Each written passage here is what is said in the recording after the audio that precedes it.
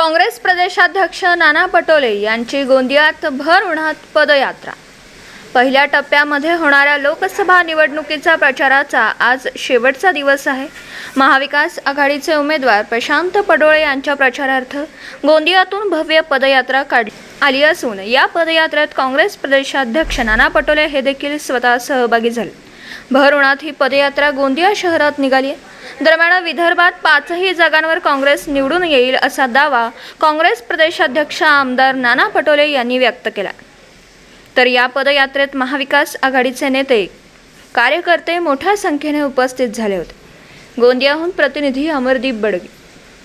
बघा, लोकांचा एवढ्या उन्हामध्ये जो प्रतिसाद आपल्याला पाहायला मिळते आहे, याचाच अर्थ भंडारा गोंदिया जिल्ह्यातला आमच्या महाविकास आघाडीचा उमेदवार मोठ्या फरकाने निवडून येईल असं चित्र आहे। कारण की इथं स्वतः भाजपच्या केंद्रातले नेतृत्व, राज्यातले नेतृत्व इथं आले आणि त्यांना पैसे देऊन लोक आणावं लागत होते, हेही आपण पाहिलेलं आहे। इथं स्वयंस्फूर्तीनं लोक आलेली आहेत आणि एवढ्या उन्हामध्ये फिरतात आहेत। याचा अर्थ एकदम स्पष्ट आहे की काँग्रेसच्या उमेदवाराच्या पाठी जनता आहे आणि ते स्पष्ट होत आहे।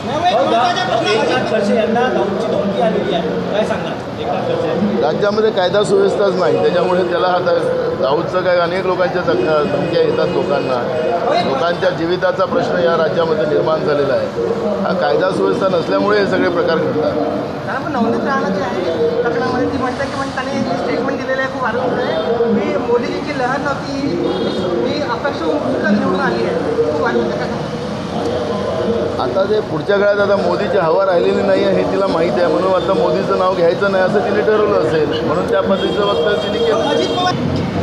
हे कसं आहे की वॉशिंग मशीनमधले धुतलेले आहेत, त्यामुळे आता ते काय बोलतात त्याच्याकडे फार काही लोकांचं लक्ष नाही। त्यामुळे अजित पवारांचं काही बोललं तरी त्यांना आता लोक कोणत्याही ध्यानात घेणार नाही। दिवसभरातील घडामोडींचा आढावा घेण्यासाठी पाहत रहा N24 मराठी न्यूज चॅनल।